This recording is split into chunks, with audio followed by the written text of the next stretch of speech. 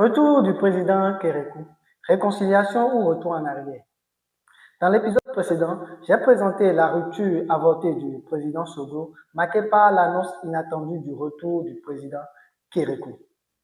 À l'élection présidentielle de 1996, la majorité des Béninois avait tourné dos au président Sogo.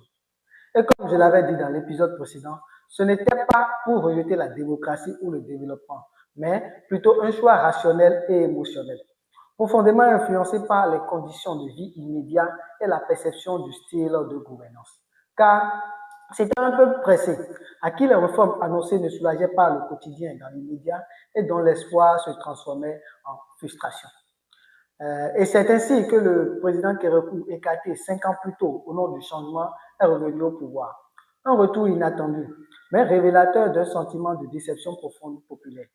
Nos aînés, confrontés à de nouvelles difficultés, ont cru voir en lui une figure rassurante, familière et presque paternelle. Mais ce second passage n'a pas été celui de la réinvention. C'était plutôt un retour par défaut dans un contexte d'incertitude et de perte de repères politiques.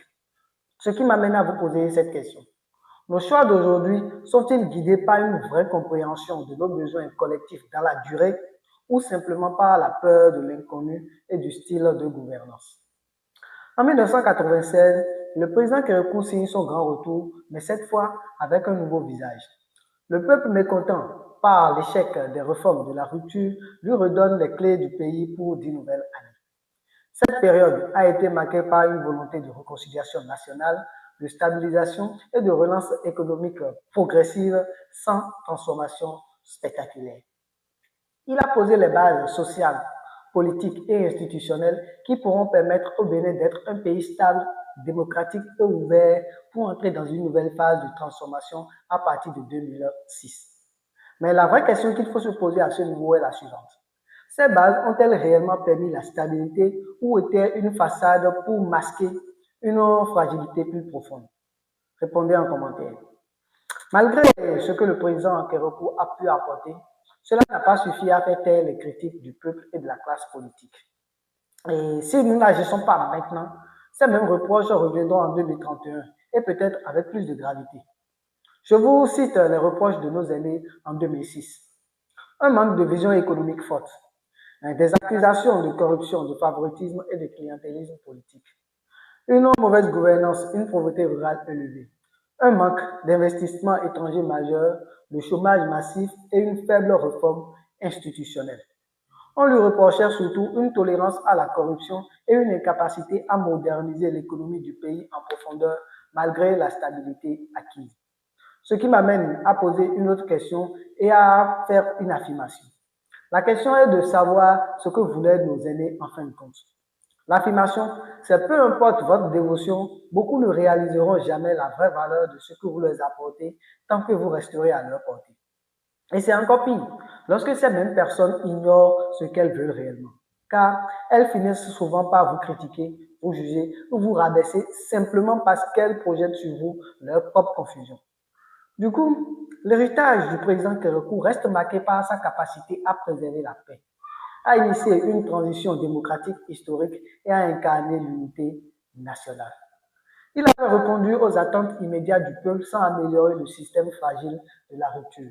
Par conséquent, la désorganisation demeure toujours au plus haut niveau de l'État, mais de façon déguisée. Et vous êtes d'accord avec moi que sans organisation, c'est impossible d'avancer sur de long terme. Le second passage du président Kérékou montre une réalité.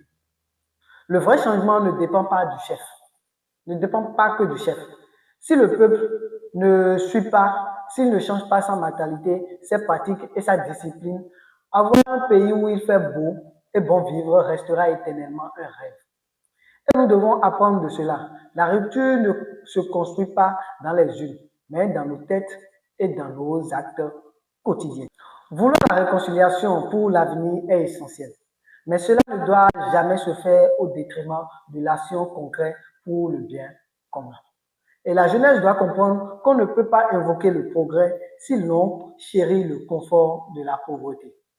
Rendez-vous au prochain épisode pour présenter le gouvernement du président Yahya Boni et les causes de son manque de résultats plausibles malgré les promesses ambitieuses. Dites-moi ce que vous avez retenu de cet épisode en commentaire et n'oubliez pas de vous abonner si vous venez de rejoindre la série. C'était Bams, l'héritage réinventé et l'avenir en marche. Soyez rock et on se dit à très bientôt.